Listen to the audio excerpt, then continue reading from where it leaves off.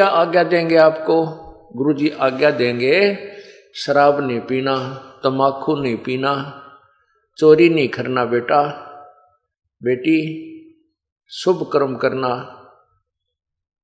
मन कर्म वचन से भी किसी का बुरा नहीं सोचना, राग द्वेष को समाप्त करना। धीरे धीरे कम हो जाएगा, एकदम तो नहीं होता। सत्संग के जो वचन है, भक्ति है, ये ट्रीटमेंट है इन सभी विकारों को धीरे धीरे नॉर्मल करने का। कई भक्तजन कहते हैं कि हम तो नाम जब लेंगे काम क्रोध मोह लोभ अहंकार पर काबू पा लेंगे। वैसे क्या नाम लेना? नहीं, ये उनकी भूल है। यदि काम क्रोध मोह लोभ अहंकार पर नाम लेने से पहले काबू आ गया तो भक्ति करने की आवश्यकता है को नहीं।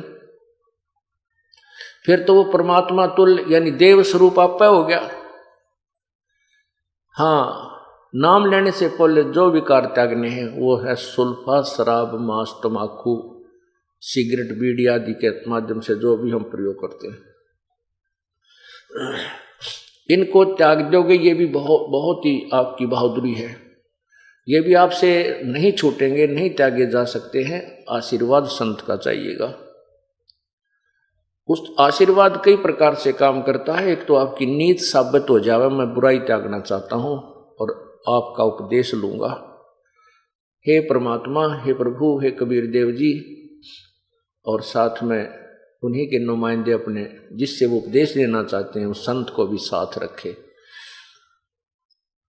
और कहे कि मैं उपदेश लेना चाहता हूं, मेरी बुराई नहीं छूट रही है, हिम्मत दो प्रभु। तब परमात्मा का आशीर्वाद उस बच्चे तक पहुंचेगा। यदि उसकी नीत साबित है, वो त्यागना चाहता है, तो प्रभु जरूर मदद कर देगा और छुड़वा देगा। परमेश्वर की कृपा बनाया बीड़ी भी ना छूटे। बीड़ी तो सबसे कमजोर शत्रु है इस जीव का, यह ना छूटा उस परमेश्वर की रजा बिना। अब जो भक्त, जैसे कल आपको बताया था कि जो पुण्यात्मा पिछले जन्मों में कभी परमेश्वर की साथ रही हैं, शरण में रही हैं, वो स्वयं आए हैं या अपना कोई संत भेजा है, तो वो पुण्यात्मा से आज कितनी बुराई कर रही हैं। शराब भी रोज पिया करती, सुल्फा भी पीती थी, मांस भी खाती थी, तम्बाकू बीड़ी का भी प्रयोग करते थे। और जिस दिन से उपदेश लेने की ठानी, परमात्मा ने तुरंत चांदना कर दिया, उनकी सब बुराई छुटवा दी। अब उनको उनसे बांस आती है, बदबू आती है, दुर्गंध आती है। किससे? शराब, मांस, तंबाकू से। और फिर वो क्या बताते हैं जी, नाम लेने से पहले भी हम दुखी थे शराब और बीड़ी तक।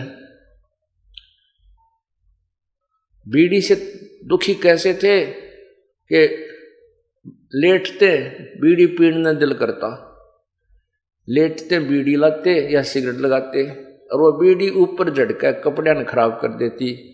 एक बार तो रजाई में आग लग गई, घरवाला ने भी गड़िया, लेकिन बीड़ी फिर भी ना छुट्टी।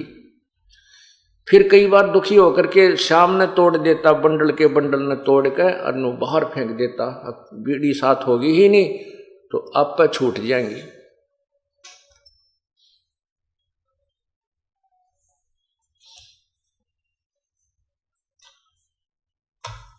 तो वो कहता है कि ऐसे करके हम शाम ने तो सो जाता, 1-2 घंटे के बाद फिर आंख खुल जाती, नींद से जाग जाता और बीड़ी की ललक उठती।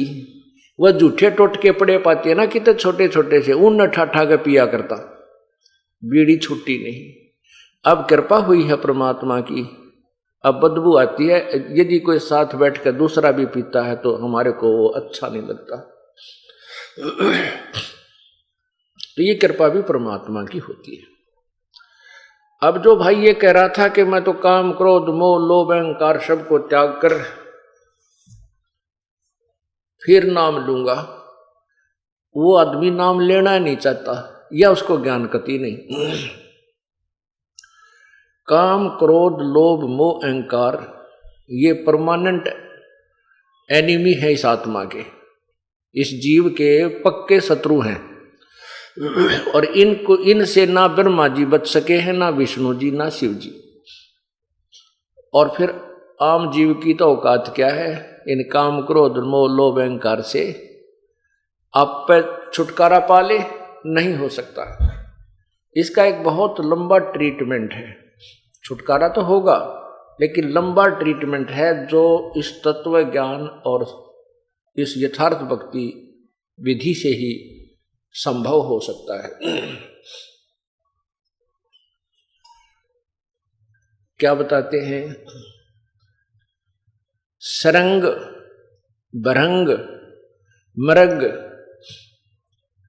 कुरंग और पतंगा इंद्री एक ठग्यो तिस अंगा और तुमरे संग पांचों प्रकाशा ये योग युगत की झूठी आशा।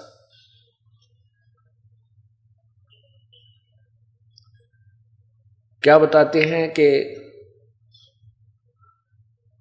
शब्द स्पर्श रूप रसगंध ये 5 विकार जीव का लगा रखे हैं इस काल भगवान ने। क्यों लगा रखे हैं? कि ये परमात्मा की भक्ति ना कर ले, वह कभी कोई संत आवे और यथार्थ भक्ति का वो संदेश देवे तो वो उस भक्ति को कर ना सके, और दूसरी जो भक्ति हमारी है उसको ये करते रहें और उसमें ये काम क्रोध में भी लिप्त रहें, तो इनकी यहीं पर जन्म मरण की प्रक्रिया बनी रहेगी। ये सूझबूझ से काल भगवान ने अपने ये विकार लगा रखे हैं।